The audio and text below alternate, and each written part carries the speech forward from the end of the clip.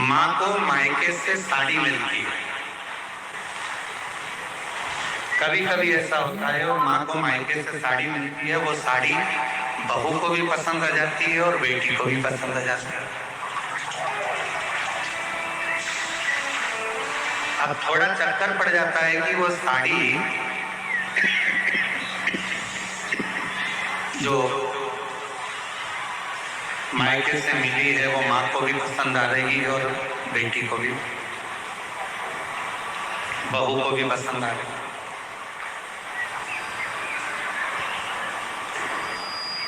अब माँ भी सोच रही है कि साड़ी को मैं पहन लूंगी, और बहू ने विचार कर रही है कि मम्मी मुझे ये साड़ी दे दें तो मुझे बहुत अच्छी लग रही है, पर मांगूंगी तो अच्छा नहीं लगेगा क्योंकि मम्मी को उनके भाई मिल गई, मम्मी को उनके परिवार वाले मिल गए। पर फिर भी मन में भाव है कि ये साड़ी मुझे मिल जाए, ये साड़ी मुझे प्राप्त हो जाए। थोड़ी देर बाद बेटी ने उस साड़ी को देखा तो बेटी के मन में भी भाव आ गया कि ये साड़ी मुझे मिल जाए तो अच्छा। इतनी सुंदर साड़ी है, ये साड़ी मैं पहनूं तो अच्छा। माँ को साड़ी अच्छी लग रही है, बेटी को साड़ी अच्छी लग रही है, बहू को साड़ी अच्छी लग रही है। अब ऐसी स्थिति में बेटी भी खड़ी हो गई और बहू भी खड़ी हो गई और कहा मम्मी ये साड़ी हमको दे दो। तब सास करेगी क्या, माँ करेगी क्या? बेटी को दूं कि बहू को दूं? बहू को दूंगी तो बेटी को बुरा लग जाएगा और बेटी को दूंगी तो बहू को बुरा लग जाएगा। संशय पड़ गया। उसी तरह फल अच्छा है, कुबेर जी ने दिया है, वो फल भगवान देवादिदेव महादेव के पास आ गया। भगवान शंकर जी ने वो फल पार्वती जी को दे दिया। पार्वती जी के हाथ में वो फल जो दिखा, उस फल को लेने की कामना श्री गणेश जी के मन में भी आ गई और सदानंद कार्तिकेय जी के मन में। दोनों के मन में ये भाव है कि ये फल हमें मिल जाए, ये फल हमें प्राप्त हो। जो कार्तिकेय बाबा ने देखा और कार्तिकेय जी देखकर बोले कि इतना सुंदर फल है माँ, ये फल आप मुझे दे दीजिए, बड़ा सुंदर फल, ये फल मुझे मिले। थोड़ी देर बाद गणेश जी आए तो गणेश जी ने भी कह दिया कि ये फल मुझे मिल गया। उसी समय भगवान शिव का ध्यान गया और भगवान शंकर ने उसी फल कर दिया जो पृथ्वी की परिक्रमा पहले कर आएगा। जो पृथ्वी की परिक्रमा पहले कर आएगा, ये फल उसी को दिया जाए। कभी कभी मेरी माताओं से निवेदन है, अगर साड़ी का चक्कर पड़ जाए कि बहू को दूं कि बेटी को दूं, तो कह देना 1 साल तक जो घर के पूरे बर्तन मांजे साड़ी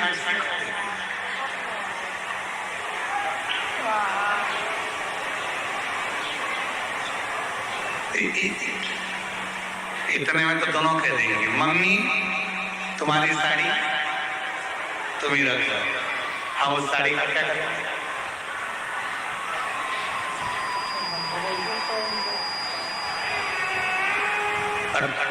फल की लड़ाई थी। सदानंद कार्तिकेय जी भी परिक्रमा करने गए और भगवान श्री गणेश जी भी परिक्रमा करने गए। एक चूहे पर बैठ गए, एक चूहे पर बैठ गए और एक मोर पर बैठ गए और दोनों परिक्रमा करने के लिए चले।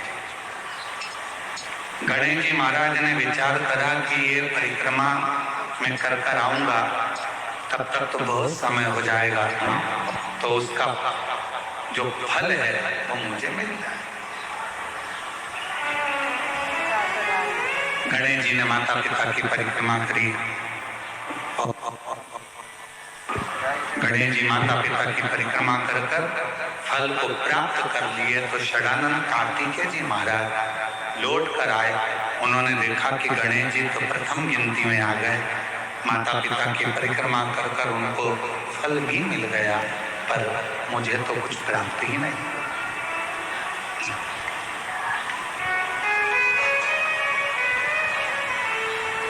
बात फल की नहीं है, बात है बुद्धि की, विद्वत्ता की, समझदारी।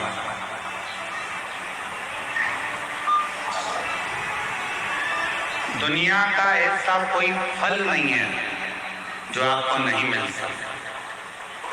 दुनिया का ऐसा कोई काम नहीं है जो पूरा नहीं हो सकता।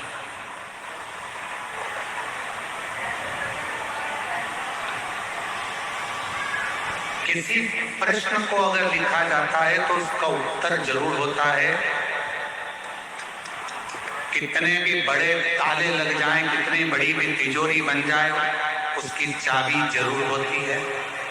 उसी तरह दुनिया में अगर कोई रोग है, कोई बीमारी है, कोई तकलीफ है, कोई कष्ट है, कोई बहुत विघ्न है, तो शिव महापुराण एक ऐसी चाबी है जिसमें उस पूरे विघ्न का, उस पूरी तकलीफ का, उस बीमारी का हल शंकर की पूजन से, शिव की आराधना से प्राप्त हो। शिव से प्राप्त हो, भगवान शंकर की आराधना से प्राप्त हो। क्या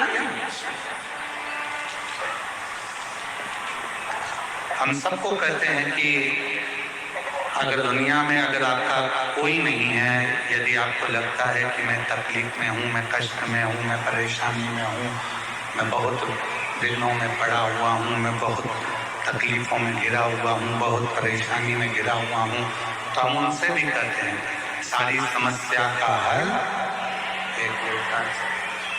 आप भगवान शंकर के मंदिर जाइए, देवालय जाइए, शिवालय जाइए, शंकर की आराधना करने जाइए, शिव की स्तुति करने जाइए, भगवान शंकर के मंदिर में एक लोटा जल चढ़ाने जाइए।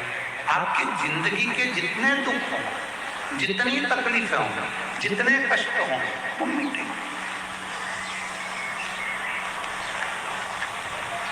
एक ऑपरेशन करने के लिए अभी अगर डॉक्टर हॉस्पिटल में ऑपरेशन रूम में जाता है तो पहले वो भी अपने ईश्वर को याद करता है कि परमात्मा कृपा करना, ये मरीज को मैं अंदर लेकर जा रहा हूँ,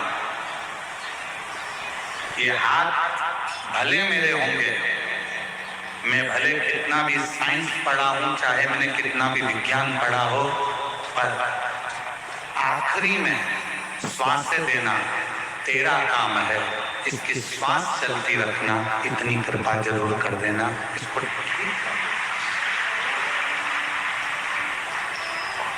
वो मेरे हाथ में नहीं, पर तू जब कृपा करेगा, तू जब करुणा करेगा, तू जब दया करेगा, तू जब कृपा करेगा, तो सब कार्य अपने आप सफल होते चले जाएंगे।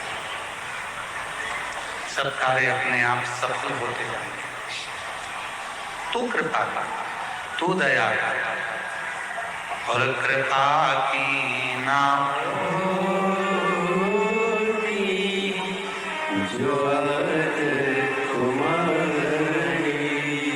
जब कोई गिर जाता है तब वो ईश्वर को याद करता है कि वो एक सत्य रूपी ईश्वर विराजमान है, सत्य रूपी ईश्वर है जो हमको संभाल लेगा, एक सत्य रूपी ईश्वर है जो हमें साथ, सत्य रूपी ईश्वर।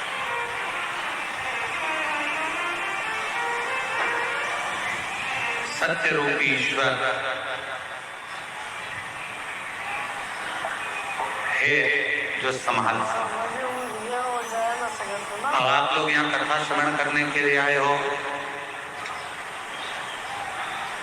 यहाँ पहुंचे हो शिव महापुराण की कथा में, भगवान शंकर की आनंदमय कथा का रसतत्व ग्रहण करने के लिए आए।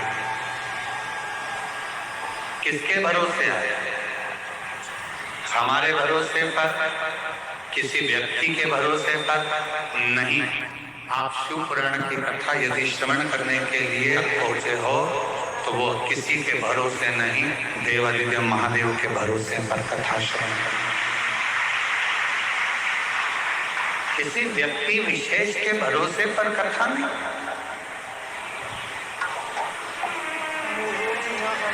उस परमात्मा के भरोसे पर कथा का रसतत्व को ग्रहण करने के लिए। एक बहुत सहजता की बात है, अपने घर की चाबी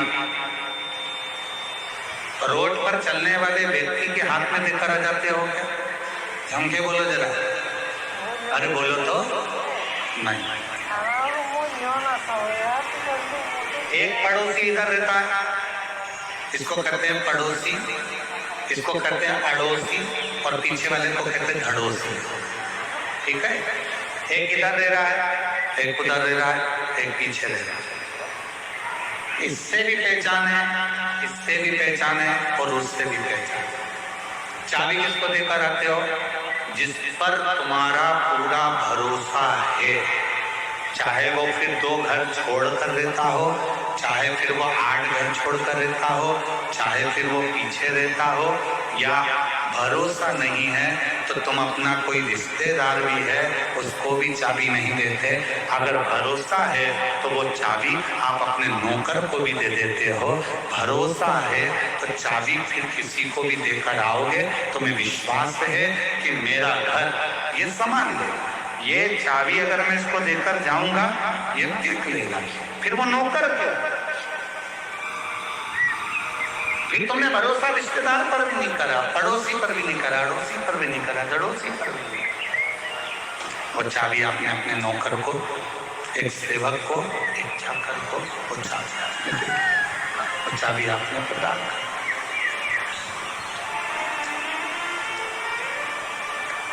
अर्थात भरोसा था तो चाबी दी है। शिव महापुराण की कथा भी यही कहती है, कोई भी काम करो, तुम्हारा मन पड़ जाए उस काम में आगे बढ़ जाओ, और इतना याद रखना अपने भरोसे की चाबी परमात्मा के हाथ में, शिव जी के हाथ में देकर फिर जाना। विश्वास रूपी चाबी, भरोसे की चाबी देव महादेव को समर्पित करना, भगवान शंकर को देना। शिव को जब भरोसे रूपी चाबी प्रदान कर दोगे, भगवान शंकर को जब ये हृदय की भरोसे की चाबी आप दे दोगे कि बाबा मेरा कोई नहीं, केवल है तो केवल वो मेरा त्रिकालदर्शी, मेरा कैलाशी, अविनाशी, जिस पर तुमने भरोसा किया है, जिस पर तुमने विश्वास किया है, जिस पर तुमने पूर्ण भरोसा किया है, वो शिव तुम्हारे साक्षी, वो शंकर तुम्हारे साक्षी। आया समय, एक बार ब्रह्मा जी के मन में संशय उत्पन्न हो गया। ब्रह्मा जी ने कहा ये सृष्टि की रचना मैं कर रहा हूं। भगवान विष्णु के मन में भी ये भाव आया कि ब्रह्मा जी ये सृष्टि की रचना आप नहीं कर रहे हो, ये सृष्टि की रचना करने वाला तो शिव है। ब्रह्मा जी ने कहा सृष्टि की रचना करने वाले नहीं, शंकर भगवान तो सृष्टि का संहार करने वाले। तब भगवान विष्णु ने कहा सुनो ब्रह्मदेव, सृष्टि की रचना करने वाला भी शिव है, सृष्टि को चलाने वाला भी शिव है, और सृष्टि का संहार करने वाला भी शिव है। शंकर के सिवा कुछ भी नहीं,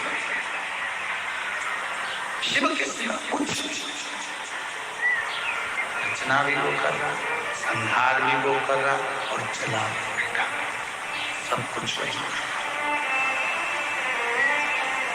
कोई दूसरा नहीं कर रहा, जो कर रहा है सब शिव ही कर रहा है, कोई दूसरा नहीं कर रहा।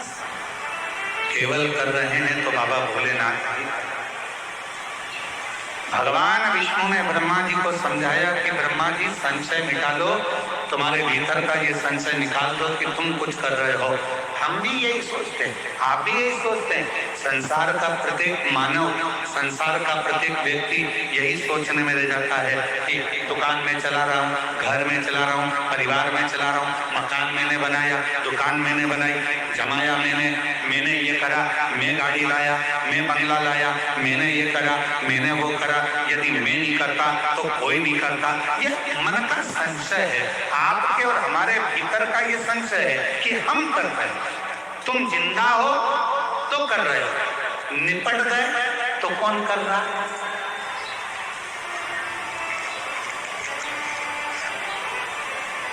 क्या रोटी नहीं मिलेगी मरने के बाद? क्या घर नहीं चलेगा मरने के बाद? क्या परिवार नहीं चलेगा मरने के बाद? शिव महापुराण की कथा कहती है ये हमारे भीतर का संशय है कि मैं कर रहा हूं। संशय को मिटाओ और अपने भीतर एक बात लेकर आओ कि हम जब जन्म लिए, हमारा जब जन्म हुआ, हम जब पैदा हुए, हमारा जब जन्म हुआ, उस समय पर हमको ये भी नहीं मालूम था कि जब हमारा और आपका जन्म हुआ तो आपको और हमको ये भी नहीं मालूम था कि हमारे माता पिता कौन होंगे। आप और हमको ये भी नहीं मालूम था कि धर्म पत्नी कौन होगी, पति कौन होगा, बच्चे कौन होंगे, कौन बेटा कौन बेटी, कौन नातेदार, कौन भाई, कौन बंधु, कौन सखा, कौन मिलेगा, ये किसी को नहीं मालूम था। अमीर के घर में पैदा होगे कि गरीब के घर में पैदा होगे ये भी नहीं मालूम था। पर हमारा पूर्व का कोई पुण्य हमारे साथ चला और हमने कोई अच्छा किया तो भगवान की कृपा से हमें सब कुछ जमा जमाया प्राप्त हो गया। धन भी मिला, वैभव भी मिला, संतान भी मिली, पुत्र भी मिला, पुत्र भी मिली, रिश्ते भी मिले, नाते भी मिले, कुटुंब भी मिला, सब कुछ प्राप्त हुआ। हमने जो जो सोचा था वो सब प्राप्त हो गया हमारा, सब कुछ। फिर हम क्यों विचार करें, फिर हम क्यों सोचें, फिर हमें क्यों विचार करना, क्यों सोचना कि ये मैं कर रहा हूँ या मैं करा रहा हूँ? कुछ भी नहीं। मेरा आपकी कृपा से सब काम हो रहा है, मेरा आपकी कृपा से सबका हो रहा है। हम कुछ नहीं कर रहे, सब करने वाला मेरा शिव है। घर किसका, गाड़ी किसकी, बंगला किसका, सब आपका और हमारा कुछ हो सकता है। आपने कोई ऐसा देखा हो जो जन्म लिया हो तो मकान को साथ लेकर आया हो, गाड़ी साथ लाए हो, बंगला साथ लाए हो, धन दौलत साथ लाए हो, कुछ नहीं। कितनी विचित्र रीति है मेरे परमात्मा की, कितनी विचित्र रीति है मेरे भोले बाबा की कि जोड़ते तुम हो, लाते तुम हो, कमाते तुम हो और ऐश करते हैं आने वाली पीढ़ी के लोग। आने वाली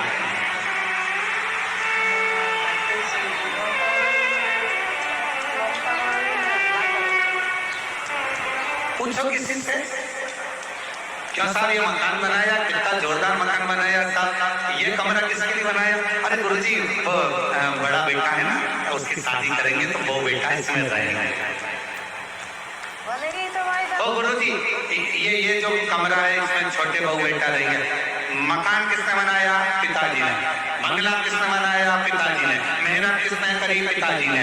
दादाजी पिताजी मेहनत करते करते करते करते करते करते छोटे से मकान में रहते रहते अपनी पूरी जिंदगी को निकाल देते हैं और आने वाला विचार क्या करते हैं कि मेरा बेटा, मेरी बहू, मेरी बेटी, मेरा दामाद, मेरा परिवार सब सुखी रहे, ये अच्छे से रहे, इनका घर अच्छे से रहे, ये दोनों इस कमरे में रहेंगे, ये लोग इधर रहेंगे, वो लोग उधर रहेंगे। और जैसे जैसे बुढ़ापा बढ़ के चले जाता है, मालूम पड़े तुम जिस कमरे में रहने का विचार कर रहे थे, समय आने पर वो कमरा भी बच्चों को देना पड़ जाता है और फिर एक दिन हॉल में पलंग डालकर दोनों को रहना पड़ जाता है, आते जाते लोगों को देखना पड़ जाता है। किसके लिए कमाया, किसके लिए सुख देखा? शिवपुराण कहती है कुछ भी मेरा नहीं है, तुम्हारा क्या है? शिव महापुराण में भगवान ने पूछा कि तुम्हारा क्या है?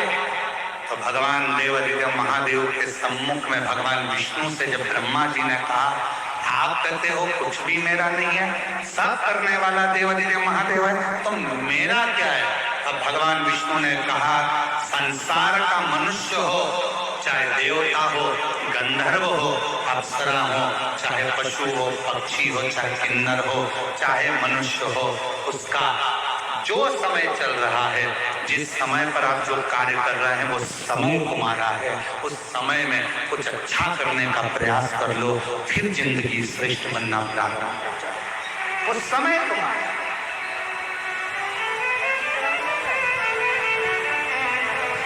अब वो समय ही हमने छोड़ दिया तो हमारा जीवन तो बेकार।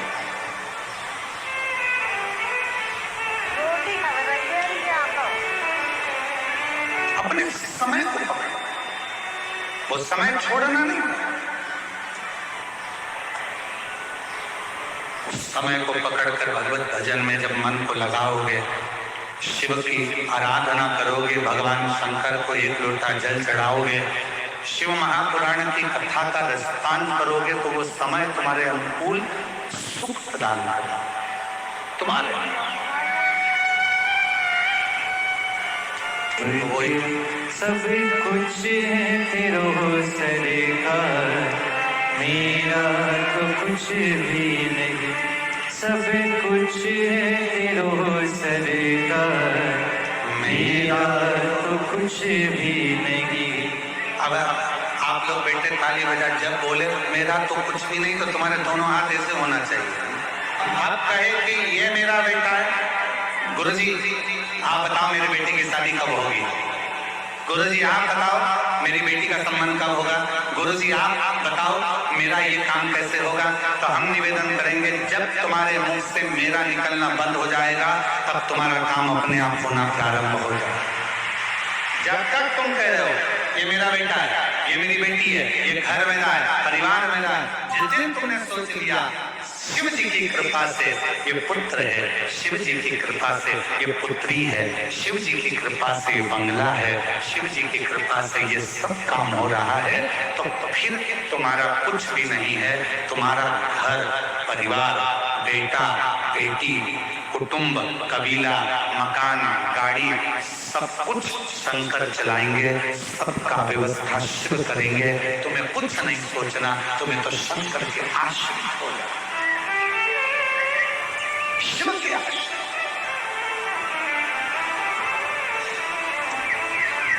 और हम वही तो आश्रित नहीं हो पाते, हम आश्रित नहीं हो पाते। माता जी खड़ी हुई तो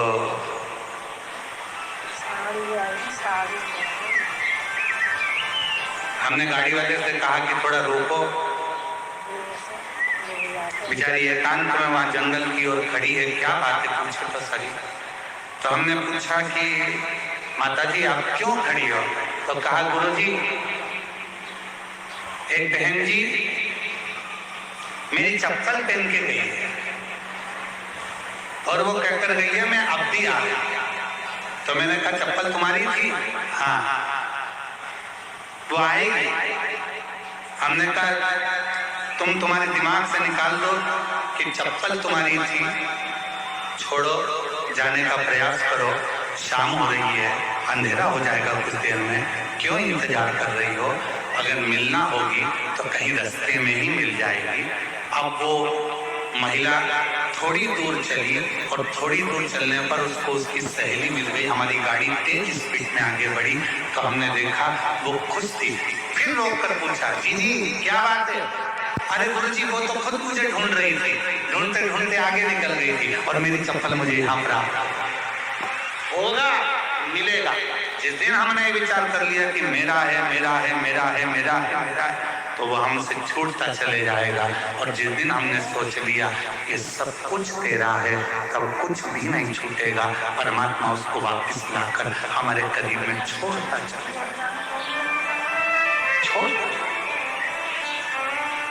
और मैंने तेरे ही भरोसे बाबा, तेरे ही भरोसे हवा बिच उड़ती जावागी बाबा, गोर तो छड़ी लावे कटी जावागी। भोले मैं तेरी पत शंभु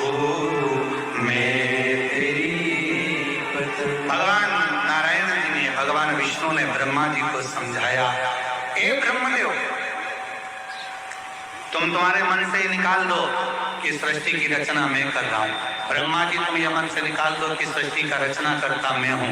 तुम ये मन से निकाल दो कि सृष्टि का संहार करता मैं हूं। सब छोड़ दो देवाधिदेव महादेव पर ब्रह्मा जी मानने को तैयार नहीं हुए। ब्रह्मा जी ने पूछा, शिव कौन? भगवान शंकर है। ब्रह्मा जी ने विचार किया कि शिव है कौन? भगवान शिव। ब्रह्मा जी कहते हैं, मैं इस बात को नहीं मानता कि ये सृष्टि शिव चला रहा है। मैं इस बात को नहीं मानता, मैं नहीं मानता उस बात कि शिव चला रहे हैं, शिव साधन है। शिव कौन है? शंकर कौन है? मुझे समझ में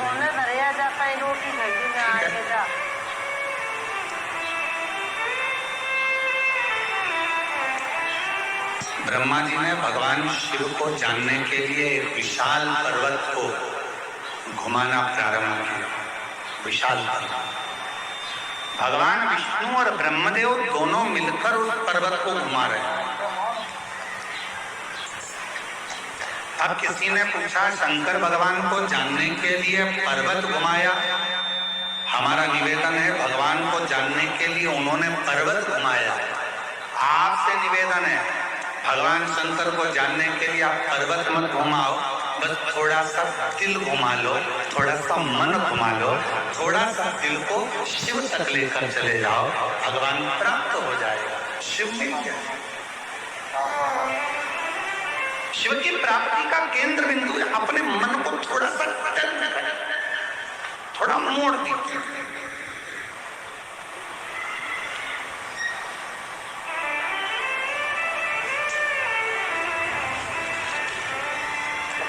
सीधा सीधा सीधा अगर हम सोचें कि हमें कहीं मुड़ना नहीं है, चाहे कुछ भी हो जाए, सीधे सीधे ही जाना है, हम कहीं नहीं मुड़ेंगे, सीधे सीधे जाएंगे, तो क्या कथा हो सकती है? अरे जम के तो बोलो, सीधे सीधे सीधे सीधे चले जाओ, कहीं मुड़ो मत। नहीं मुड़ोगे तो तुम्हारे घर में भी प्रवेश नहीं कर पाओगे, नहीं मुड़ोगे तो तुम अपने गांव तक भी ना पहुंच पाओगे। सीधे सीधे तो रास्ता तुम्हें कहीं और ले जाकर छोड़ देगा। उसी तरह शिव महापुराण की कथा कहती है, जिंदगी में सीधा रास्ता यदि चल रहे हो, सीधे रास्ते अगर चल रहे हो, चलते रहो, पर याद रखना थोड़ा सा मोड़ चलते चलते में भगवान देवाधिदेव महादेव की कथा की ओर, मंदिर की ओर लेते रहना, तो तुम्हारी जिंदगी मंजिल तक पहुंच, तुम्हारा जीवन मंजिल की ओर पहुंच जाए। थोड़ा सा मोड़। वो एक लाइन है ना, वो कौन से एक गीत की एक लाइन है, हालांकि वो है तो फिल्मी गीत, पर उसकी एक लाइन है,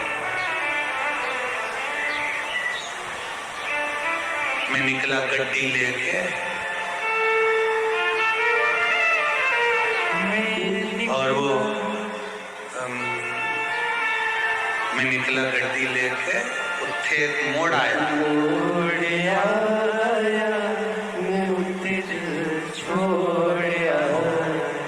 एक छोटा सा मोड़, एक छोटा सा टर्न जिंदगी में आता है। ऐसा कोई व्यक्ति नहीं है जिसके जीवन में मोड़ नहीं आया, ऐसा कोई व्यक्ति जन्मा नहीं संसार में जिसकी जिंदगी में कोई टर्न नहीं आया। आता है बचपन पूरा निकलने के बाद भी एक मोड़ आता है, जवानी पूरी निकलने के बाद भी एक मोड़ आता है, एज पूरी निकलने के बाद भी एक मोड़ आता है, और जिंदगी में कई मोड़ ऐसे आते हैं जो हमारे जीवन को श्रेष्ठ बनाने का प्रयास करते हैं, हमारे जीवन को अच्छा बनाने का प्रयास करते हैं। पर उस समय पर हमारे जीवन में हमें चाहिए कि उस समय पर हम परमात्मा को कैसे भजें, उस समय पर परमात्मा का कैसे स्मरण। शिव कथा कर रही है, भगवान शंकर का चरित्र कर रहा है। ब्रह्मा जी ने कहा मैं देखूं क्या ये सृष्टि की रचना शिव कर रहे हैं? शिव कौन है? भगवान शंकर को पहचानने के लिए भगवान ब्रह्मदेव ने और भगवान विष्णु ने पर्वत को घुमाना प्रारंभ करा। शिव महापुराण की कथा कहती है कि पर्वत को घुमाने की जरूरत नहीं है। भगवान शंकर को पहचानने के लिए, भगवान शंकर को जानने के लिए केवल अपना मन, अपना चित्त, अपनी बुद्धि, अपना हृदय तेरे ही भरोसे हवा बिच उड़ती जागी बाबा तोर छड़ी नामे कटी जागी भोले मैं तेरी पतन शंभो मैं तेरी पतन। थोड़ा सा परमात्मा की ओर मुड़ने का प्रयास करो। जिस समय पर हम परमात्मा की ओर मुड़ेंगे हमारे सारे मार्ग अपने आप सुलझते चले जाएंगे, हमारे मार्ग अपने आप क्लीन होते चले जाएंगे। हम मुड़े शिव की ओर।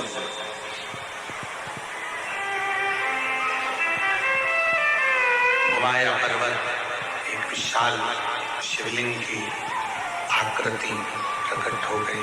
भगवान शंकर का एक शिवलिंग प्रकट हो गया और शिवलिंग की एक आकृति प्रकट हुई। शिवलिंग की आकृति में से आवाज आई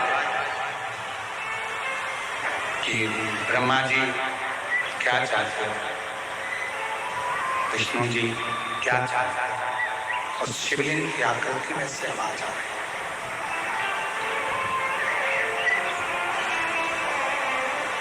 कोई नहीं बोला।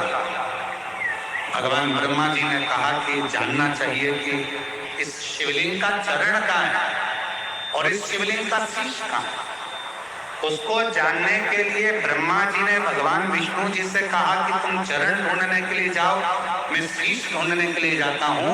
और भगवान नारायण उस शिवलिंग का शीश ढूंढने के लिए ऊपर जाने, भगवान ब्रह्मा शीश ढूंढने के लिए ऊपर जाने लगे और भगवान नारायण चरण ढूंढने के लिए नीचे की ओर जाने लगे। नीचे की पर भगवान नारायण को भगवान शंकर जी के शिवलिंग का शीश नहीं मिला। कई लोगों के मन में संशय उत्पन्न होता है, कई लोगों के मन में संशय रहता है मैं शिव जी को जल चढ़ाऊंगी, भगवान शंकर मेरी बात मानेंगे कि नहीं मानेंगे। मैं शंकर भगवान का भजन करूंगी, शिव जी मेरी बात मानेंगे कि नहीं मानेंगे। मैं शंकर जी से प्रार्थना करती हूँ, शिव जी मेरा झोली भरेंगे कि नहीं भरेंगे। भगवान शंकर मेरी गोदी भरेंगे कि नहीं भरेंगे। मैं शिव जी से प्रार्थना करती हूँ, शिव मेरी बात मानेंगे कि नहीं मानेंगे।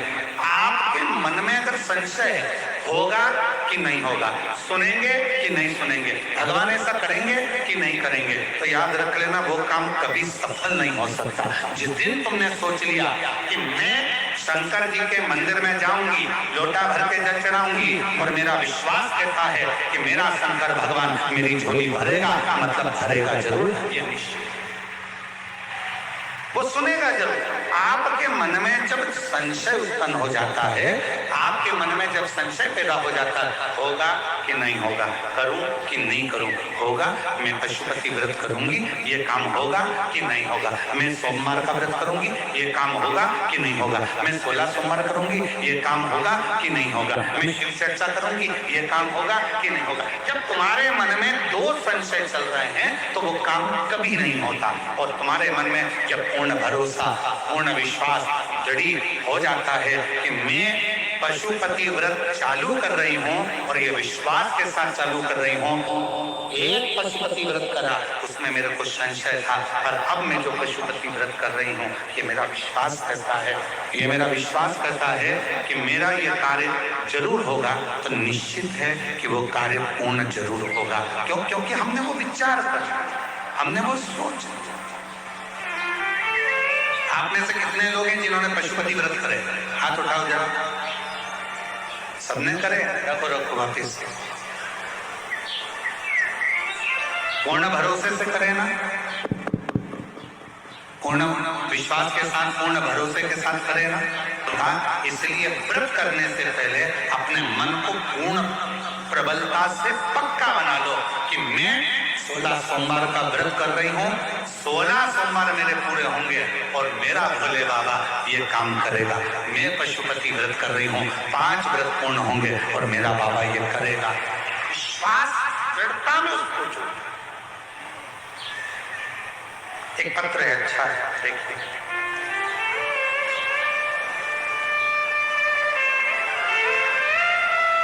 मेरा नाम लक्ष्मी रानी है। ऑपरेशन से मेरी डिलीवरी हुई थी। उसके 2 वर्ष बाद जिस जगह पर ऑपरेशन हुआ था उस जगह पर गठान हो गया था, जिसके कारण मुझे चलने फिरने में परेशानी होने लगी। हमने डॉक्टरों को दिखाया तो बताया कि मुझे एक गठान हो गया है, उसको इलाज केवल ऑपरेशन है। इसमें सभी अस्पताल में दिखाया, डॉक्टर ने ऑपरेशन को कर दिया। मन में विचार आया कि आपकी कथा में टीवी पर सुनते हैं, रुद्राक्ष महोत्सव भुवनेश्वर धाम होने वाला था, तब मैंने अपने पति से सीहोर में होने वाले महोत्सव में जाने को कहा और उन्होंने पंडाल में बैठकर कथा सुनने की विचार बना लिया। मैंने अपने पति से कहा, मेरा विश्वास कहता है अगर सीहोर जाएंगे, कंकर शंकर की भूमि पर बैठकर कथा सुनेंगे तो निश्चित है पूजा करेंगे और वहां की मिट्टी को अगर लगा लिया तो मेरा मन कहता है कि ऑपरेशन की जरूरत नहीं पड़ेगी। हम पति पत्नी कवर्धा से पहुंच गए सीहोर, कंकर शंकर की पूजा की और कंकर उठाकर लाए, साथ ही धाम से रुद्राक्ष भी लाए। रुद्राक्ष के जल को तांबे के लोटे में डुबाकर पास के ही शिवालय में जल चढ़ाती और उस जल को पीना शुरू किया। फिर पीना शुरू किया जल को। जिस जगह पर गठान हुआ था उस जगह पर लगाना शुरू किया उस जल को, और दिनों के बाद बाबा ने ऐसी कृपा कर दी कि हम डॉक्टर को दिखाने के लिए गए तो डॉक्टर ने कह दिया कि जो गठान पहले थी वो गठान पूरी तरह से गल गई है, अब आपको ऑपरेशन की जरूरत नहीं। अब आपको अब ऑपरेशन की बिल्कुल जरूरत नहीं है। मैं आज भोले बाबा को धन्यवाद देने के लिए आई हूँ, प्रणाम करने के लिए आई हूँ, जिन्होंने मेरे गठान को गला दिया। इसमें सबसे ज्यादा मूल क्या है, सबसे ज्यादा जरूरी क्या था? आपका विश्वास। आपने 2 मन नहीं बना, आपने 2 विचार नहीं करे, आपने 2 सोच नहीं रखी, आपने एक मन बना लिया, एक विचार कर लिया, एक सोच। आपने एक मन बना लिया, एक विचार बना लिया, एक सोच बना ली कि मेरा बाबा, मेरा भोलेनाथ, मेरा शंभू, मेरा त्रिकालदर्शी, मेरा कैलाशी, मेरा अविनाशी, मेरा शंकर, विष्णु को जानना बहुत कठिन है। पर यदि शिव का सच्चा भक्त होता है तो वो भगवान देवाधिदेव महादेव को, भगवान शंकर को पहचान सकता है।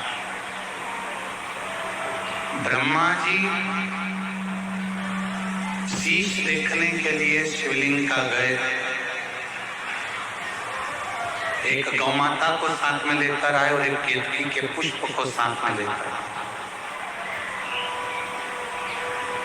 यदि ब्रह्मदेव चाहते तो ये सब नहीं करते, केवल भगवान शंकर को भजते तो भगवान शिव उन पर करुणा कर देते। हम भी यही करते हैं। एक झूठ को छुपाने के लिए ढेरों झूठ पर झूठ, झूठ पर झूठ हम बोले चले जाते हैं और वो झूठ छुप नहीं पाता। एक कितना सुंदर प्रसंग है शिव महापुराण का, जरा ध्यान दीजिएगा। शिव महापुराण का एक बड़ा सुंदर वर्णन है। हरि वर्मा नाम के एक बड़े अच्छे एक सेठ है। भगवान शिव के परम उपासक थे और भगवान शंकर की विरल भक्ति में दिन रात डूबे रहते थे।